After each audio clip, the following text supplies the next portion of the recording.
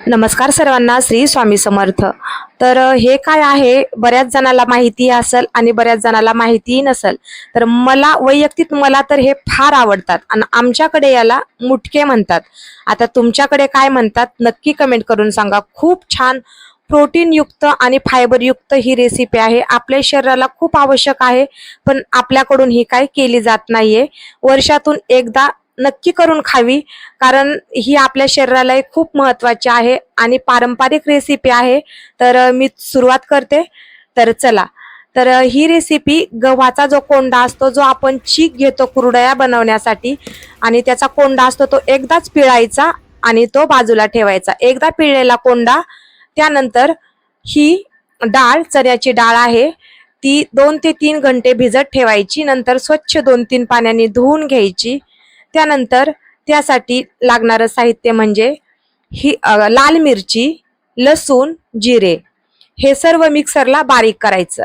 आणि तुमच्याकडे जर लाल पावडर असेल तरी हरकत नाही, फक्त जिरे आणि लसूण बारीक करून घ्यायचा। तर असं सगळं एकत्र केल्यानंतर चव अजून वाढते आणि छान टेस्टी लागतात।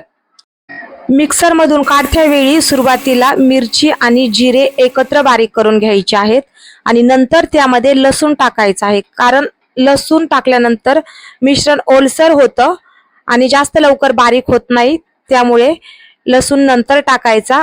आणि त्यानंतर मग आपल्याला सर्व मिश्रण एकत्र करायचे आहे आणि हे एकत्र पीठ टाकून मळून घ्यायचे आहे। तर सुरुवातीला गव्हाचा कोंडा आहे तो टाकायचा आहे, त्यानंतर भिजलेली डाळ, एक मोठा चिरलेला बारीक कांदा, त्यानंतर लाल तिखट तुमच्या आवडीनुसार, चवीनुसार, एक पळीभर बेसन पीठ टाकायचं आहे आणि ज्वारीचं पीठ टाकायचं आहे। आणि पीठ एवढंच टाकायचं आहे की त्या कोंड्यामध्ये मावेल तेवढंच, आपल्याला पाणी टाकायचं नाही। थोडासा पाण्याचा शिपका द्यायचा आहे आणि हिंग टाकायचा आहे। आता माझा कोंडा कसा आहे, मी याच्या अगोदरही मुटके केलेले आहेत, पण हा थोडासा उरला होता, तर थोडासा कोरडा झालेला आहे, म्हणून मी थोडंसं जास्त पाणी टाकलंय। पण यामध्ये जास्त पाण्याचा वापर करायचा नसतो, ओलसर कोंडा असतो, एकदाच पिळलेला असतो, त्यामुळे त्या कोंड्यामध्ये जेवढं मावेल तेवढंच पीठ आपल्याला घ्यायचं असतं। त्याचा असा घट्ट आणि एकजीव गोळा बनवून घ्यायचा आहे आणि 5 ते 10 मिनिट बाजूला ठेवायचा आहे, नाही ठेवलं तरीही चालेल। आता इथे मी आळूच्या वड्या बनवल्या होत्या, तर तेलकट कढई होती, तर ती कढई न धुता त्याच्यातलं तेल ओतून घेतलं आणि तशीच कढई पुन्हा गॅसवर ठेवली। त्यामध्ये आपल्याला एका कढईमध्ये पाणी ओतून घ्यायचं आहे आणि एक चाळण घ्यायची आहे। अर्धी कढई चाळण बसेल एवढं पाणी ओतायचं आहे आणि ह्या चाळणीला तेल लावून घेतलेलं आहे, ती त्या कढईवर ठेवली आहे आणि अशा पद्धतीने त्या पिठाचे मुटके बनवायचे आहेत। तर हे पहा, थोडंसं पीठ हाताला लावण्यासाठी घेतलं आहे आणि त्या पिठाचा अशा प्रकारे गोल गोळा बनवून हाताच्या मुठीमध्ये या पद्धतीने ते बनवायचे आहेत। हाताच्या मुठीमध्ये बनवले जातात म्हणून त्याला मुटके असं म्हणतात। तर हे पहा, अशा पद्धतीने सर्व आपल्याला ते तयार करून घ्यायचे आहे।